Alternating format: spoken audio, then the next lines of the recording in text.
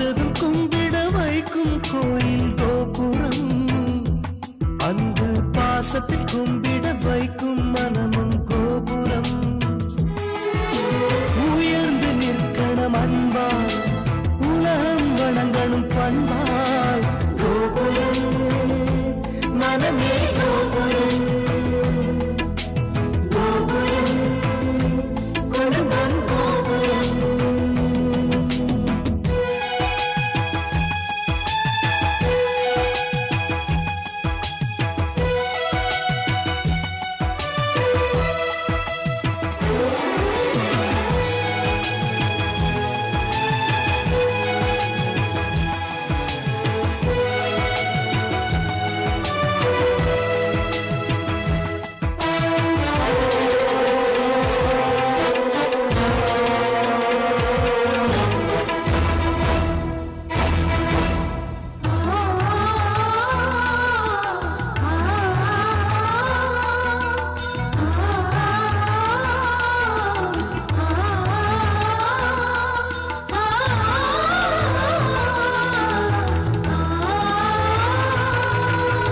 ஒருவரை ஒருவர் உணர்ந்து உள்ளங்கள் அன்பிலே இணைந்து, வேதங்கள் என்பதை மறந்து பொறுமையில் இமயம் அடைந்து, பாசத்தின் பலங்களை அறிந்து பண்பெனும் பாதையில் நடந்து, கண்ணென உறவினில் மகிழ்ந்து தூணென குடும்பத்தை சுமந்து, கோயிலை போலே குடும்பமும் அமைந்தால் சொர்க்கம் நிஜமாகும்.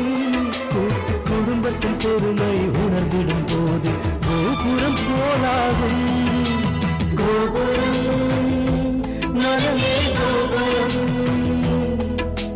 கோபுரம் குடும்பம் கோபுரம். பார்த்ததும் கும்பிட வைக்கும் கோயில் கோபுரம், அன்பு பாசத்தில் கும்பிட வைக்கும் மனமும் கோபுரம். பார்த்ததும் கும்பிட வைக்கும் கோயில் கோபுரம், அன்பு பாசத்தில் கும்பிட வைக்கும் மனமும் கோபுரம். உயர்ந்து நிற்கணும் அன்பால், உலகம் வணங்கணும் பண்பால்.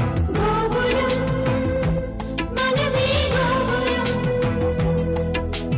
கோபுரம் குடும்பம் கோபுரம்.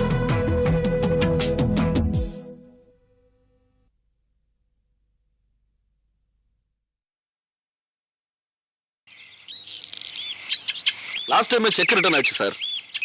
ஆமா, நீங்க செக் அனுப்பிடுங்க, நான் கேஷ் அனுப்பிடுறேன். Okay sir. மார்னிங் டா.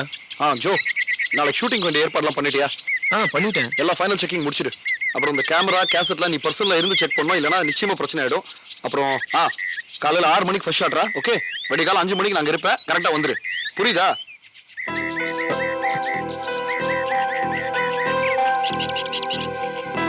டேய், நான் எவ்வளவு முக்கியமான விஷயம் பேசிட்டு இருக்கேன், நீ என் முகத்தையே பார்த்துட்டு இருந்தா என்ன அர்த்தம்? டேய், உன்னை பார்க்கறதுக்கு இப்ப எனக்கு எவ்வளவு சந்தோஷமா இருக்கு தெரியுமா? இப்பதான் நீ பழைய விஷயமா இருக்க. நடுவுல கொஞ்ச நாள் வந்தனான்னு அவன் நினைப்பிலேயே சுத்தி பைத்தியக்காரன் ஆயிட்டு. அப்பெல்லாம் உன்னை பாக்குறப்ப என் மனசுக்கு எவ்வளவு கஷ்டமா இருக்கும் தெரியுமா?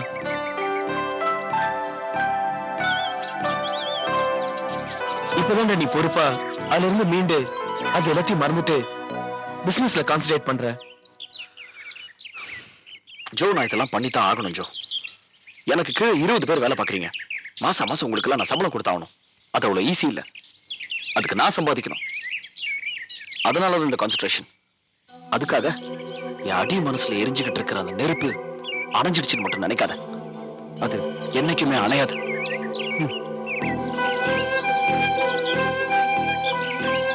அது இன்னும் என் அடி மனசுல தணல் விட்டு எரிஞ்சுக்கிட்டு தான் இருக்கு. இந்த பார், அந்த சேப்பிய இன்னைக்கு இல்லைனாலும் என்னைக்காவது ஒரு நாள் தலகுனிய வைக்கத்தான் போறேன். அதே மாதிரி தான் அந்த வந்தனா. என்ன புருஷனை அடையாததுக்காக அவ கடந்து ஏங்கத்தான் போறான். என்னை இழந்ததுக்காக வாழ்க்கை பூரா வருத்தப்படத்தான் போறா. அவளை வருத்தப்பட வைக்கத்தான் போறேன். நான் உனக்கு ஏற்கனவே சொல்லியிருக்கேன் ஜோ, புலி பதுங்கிறது பாயறதுக்கு தான்.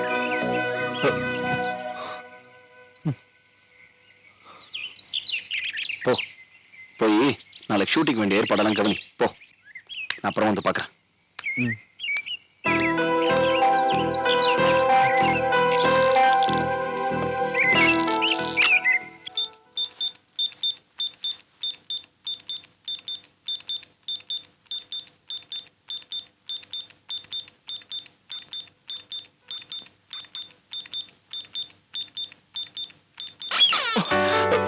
என்ன?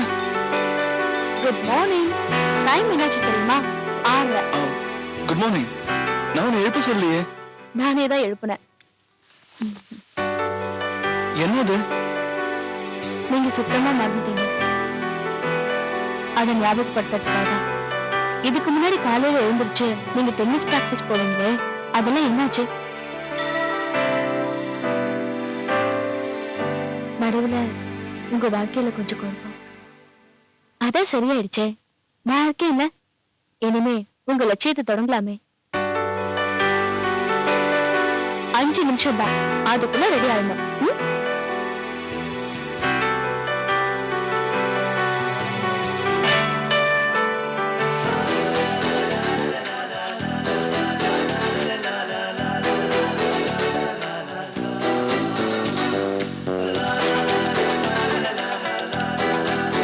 இதை நான் உங்ககிட்ட கொடுக்குறேன். கூடிய சீக்கிரம் நேஷனல் சாம்பியன் ஆக போறீங்க. அந்த கப்பை என்கிட்ட கொடுங்க. அதான் எங்க கண்டிப்பா கண்டிப்பா வந்தனா. இவ்வளவு நாளா என் மனசுக்குள்ளேயே அமைங்கிருந்த அந்த லட்சியத்தை நீ மறுபடியும் விதைச்சிட்ட. இப்ப எனக்குள்ள ஜெயிக்கணுங்கிற வரி வந்துருச்சு. கண்டிப்பா ஜெயிப்பேன். தேங்க்யூ வெரி மச் வந்தனா. ஏய், எனக்காக நீ எவ்வளவு அக்கறை எடுத்துக்கிற. ஆனா நான் உன்னை பத்தி கொஞ்சம் கூட கவலைப்படாம இருக்கேன். என்ன?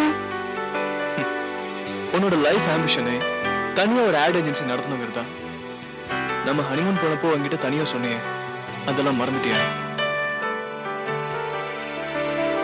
அந்த ஆட் ஏஜென்சி எப்ப ஆரம்பிக்க போற? அதுக்கு எவ்வளவு செலவாகும்? நான் ஏதாவது விசாரிக்கட்டுமா? ஆட் ஏஜென்சி ஆரம்பிக்கணுங்கிறது அவ்வளவு சுலபமான விஷயம் இல்லை. முதல்ல நானே இதை தயார் பண்ணிக்கணும். ஆக்சுவலா இந்த விஷயத்தை பத்தி நானும் உங்ககிட்ட கேட்கணும்னு நினைச்சேன். கம்ப்யூட்டர் கிராபிக்ஸ்ல நிறைய இம்ப்ரூவ்மெண்ட்ஸ் வந்திருக்கு. அது சம்பந்தப்பட்ட கோர்ஸை நான் 6 மாசம் படிக்கலான்னு இருக்கேன். அதுக்கப்புறம் ஆட் ஏஜென்சி ஓபன் பண்ண எனக்கு எல்லா தகுதியும் இருக்கும். பெரியவங்களை வச்சு வேலை வாங்கலாம். நமக்கு எல்லாமே தெரிஞ்சிருந்ததுன்னா அதுவும் ஒரு வகையில ஹெல்ப்ஃபுல்லா தானே இருக்கும். நீங்க என்ன நினைக்கிறீங்க?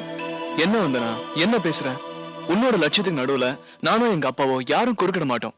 இது பார், நீ இன்னைக்கே போய் அந்த கம்ப்யூட்டர் கோர்ஸ்க்கு அப்ளிகேஷன் ஃபார்ம் வாங்கி ஜாயின் பண்ணிடு. ஓகே? தேங்க்ஸ். முதல்ல இந்த தேங்க்ஸ் வாபஸ் வாங்க. ஏ, ஹஸ்பண்ட் அண்ட் ஒய்ஃப்குள்ள எதுக்கு இந்த தேங்க்ஸ் அது இதுன்னு ஃபார்மாலிட்டிஸ் எல்லாம்? சாரி. பாத்தியா, இப்பதான் நான் சொன்னேன், திரும்ப சாரிங்களா? இப்போ என்ன செய்ய சொல்றீங்க? கிட்ட வா. இந்த அபராத தொகையை என் கணத்துல ஒரு மொத்தமா கொடுப்பாங்க. சீ. ஓகே, கொடுக்க மாட்டல்ல. இதை எப்படி பயன்படுத்தி எப்ப வாங்கணும்னு எனக்கு தெரியும். இப்ப கிளம்புறேன். பாய்.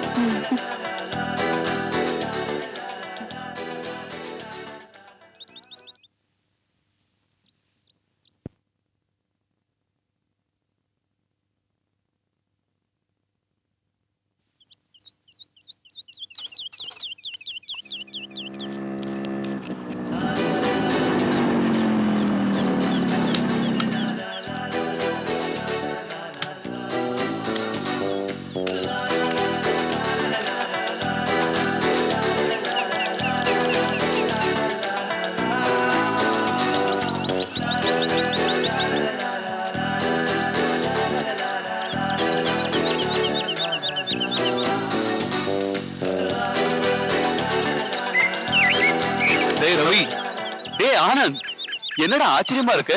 இனிமே இந்த பக்கம் வரமாட்டேன், டென்னிஸ் ராக்கெட்டை கையால தொட மாட்டேன்னு சபதம் எல்லாம் பண்ண. இப்ப என்னடா இந்த பக்கம்? அதெல்லாம் முட்டாள்தனமா பேசுனதுடா. டே ரவி, நம்ம வாழ்க்கையில எப்படிப்பட்ட சமம் நடந்தாலும் நம்ம லட்சியத்தை மட்டும் விட்டுறக்கூடாதுங்கிறது இப்பதான் நான் தெரிஞ்சுக்கிட்டேன். நான் இப்ப ரொம்ப தெளிவா இருக்கேன்டா. நேஷனல் சாம்பியன் ஆகணுங்கிற வெறி எனக்கு திரும்ப வந்துருச்சுடா. எப்படிரா? தானே எப்படிரா வந்தது? என்னால நம்பவே முடியல, சொல்டா. தானா வரல ரவி, இது என் மனசுக்குள்ள உருவாக்குனதே வந்தனாதா. என்ன உற்சாகப்படுத்தினது வந்தனாதான்டா. வந்தனாவா? ஆமாண்டா. அவகிட்ட பேசுறதுல பழகுறதுலன்னு சொல்லிட்டு இப்ப வாக்க வேத வாக்கா எடுத்துக்கிட்டு லட்சியத்தை நிறைவேற்ற வந்தியா? இல்ல ரவி, நானும் வந்தனாலும் இப்ப சந்தோஷமா தான் பழகிட்டு இருக்கோம். நல்லா பேசுறோம், சந்தோஷமா தான் இருக்கோம். இதுக்கு மேல உனக்கு எப்படி எக்ஸ்பிளைன் பண்ணுறதுன்னு எனக்கு தெரியல. ஏய், அதிர்ச்சிக்கு மேல அதிர்ச்சி கொடுத்துட்டே இருக்கடா. முன்னெல்லாம் வதனா கிட்ட பேசுறா, சந்தோஷமா இருறானா, ஏன்டா எனக்கு கடுப்பேத்தன்னு திட்டுவேன். என் மனசு பூரா ஜோதி தான், அவளை என்னால மறக்கவே முடியாதுன்னு புலம்பிட்டு இருப்பேன். இப்ப இப்படி பேசுற? ரவி, நம்ம வாழ்க்கையில் நடக்கிற சில சம்பவங்கள் நம்ம மனசுக்குள்ள இருக்கிற அடிப்படை விஷயங்களை அப்படியே புரட்டி போடுறோம்டா. அதனால தானே இப்ப என் மனசு மாறிடுச்சு. என் மனசுல இப்ப ஜோதி இல்ல. நான் அவளை எவ்வளவுக்கு எவ்வளவு விரும்பணும் அவ்வளவுக்கு எவ்வளவு இப்ப வெறுக்கிறேன்டா. ரவி, அவளை நினைச்சாலே என் மனசுல இப்ப வெறுப்பு வருதுடா. நீ சொல்றதை கேட்கும் போது மனசுக்கு எவ்வளவு சந்தோஷமா இருக்கு தெரியுமா? Very good ராணு. இப்ப நான் உங்ககிட்ட அந்த பழைய ஃபயரை பாக்குறேன். நீ மறுபடியும் விளையாட வந்தது என் மனசுக்கு ரொம்ப சந்தோஷமா இருக்குடா. பாட, நம்ம 2 பேரும் ஆடி எவ்வளவு நாளாச்சு. ஒரு செட் ஆடலாம். ஷூர்.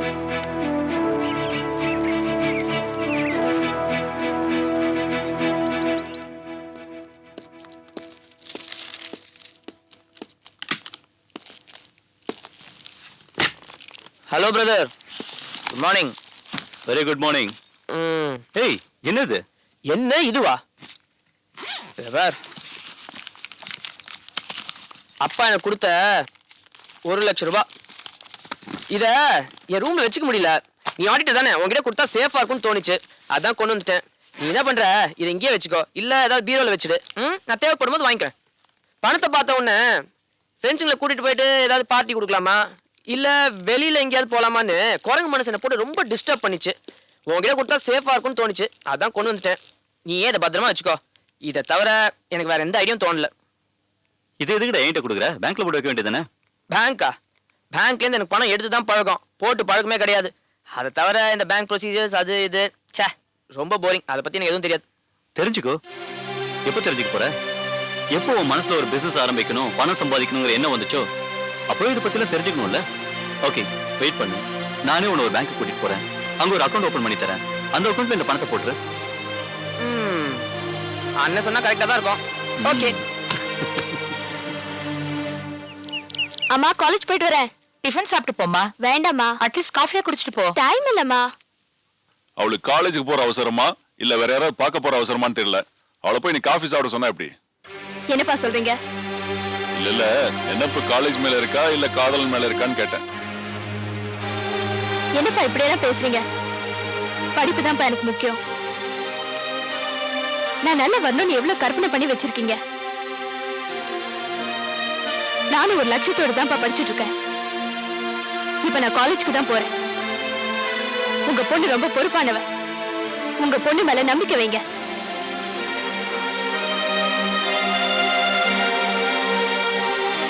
உங்க பொண்ணு பொறுப்பாதான் இருக்கா, ஆனா உங்களுக்கு தான் பொறுப்பே இல்ல.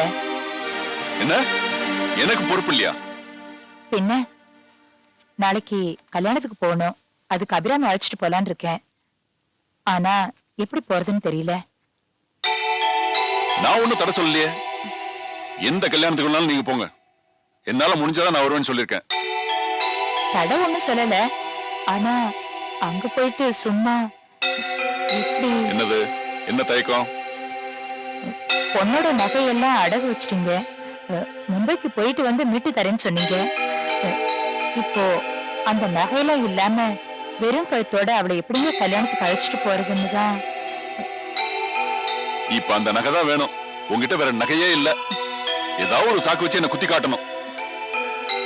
நான் குத்தி காட்டணும்னு சொல்லலைங்க. நகை நீங்க சொன்னதை இன்னும் நிறைவேற்றலையே. அதுக்கு இப்ப என்ன பண்ண போறீங்க? நான் எதுக்காக பண்ணேன் நீ புரிஞ்சுக்கவே இல்ல. பிசினஸ்க்காக தானே பண்ணேன்.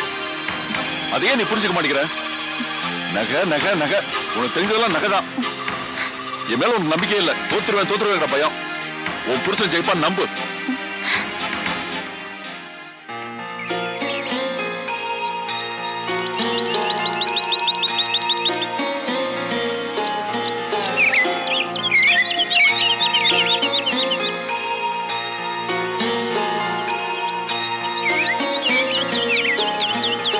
அபி, ஏன் உம்முன்னு இருக்க?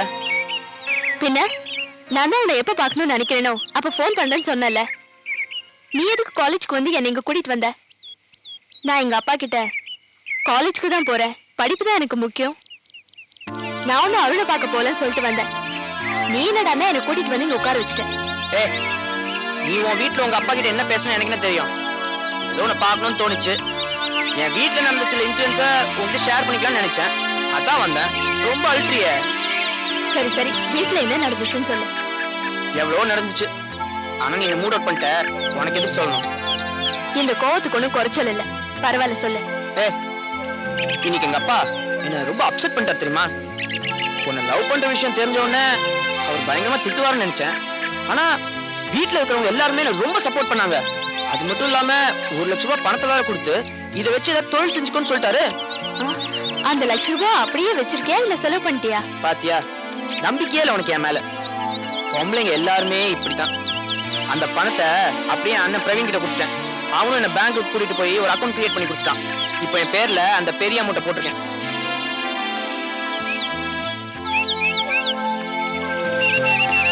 செக் புக்லாம் இருக்கு தெரியுமா.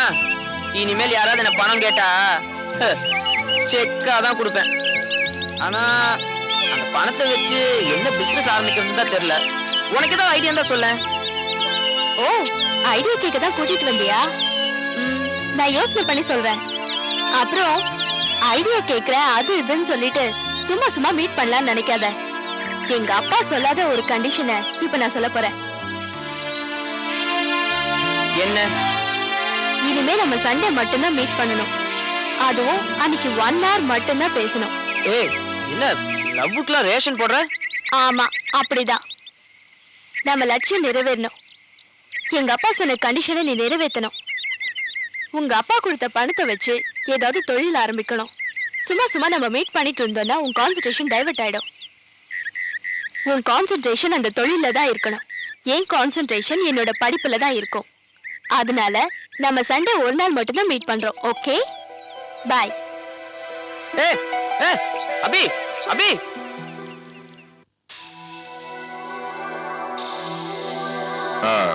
நீ ஒரு 50,000 கேட்டல. 1 செகண்ட். இந்தா. என்னப்பா இது?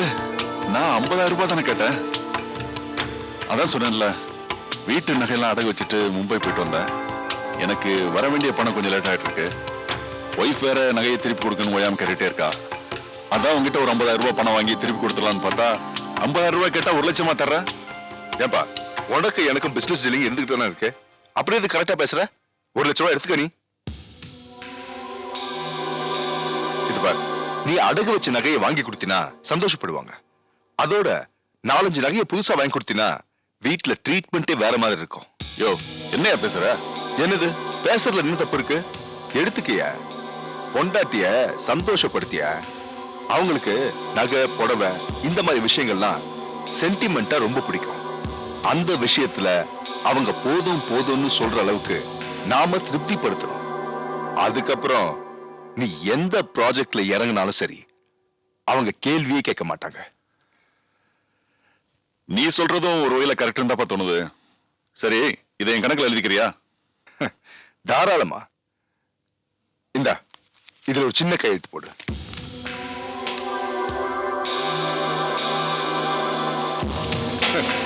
அது ஒண்ணும் இல்ல. இப்ப 1 லட்சம் ரூபாய் கொடுத்தாங்க, அதை மறந்துட கூடாதுன்றதுக்காக தான்.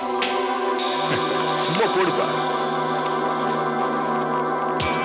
அடுத்த பக்கத்துல ஒரு கையெழுத்து போட்டுரு.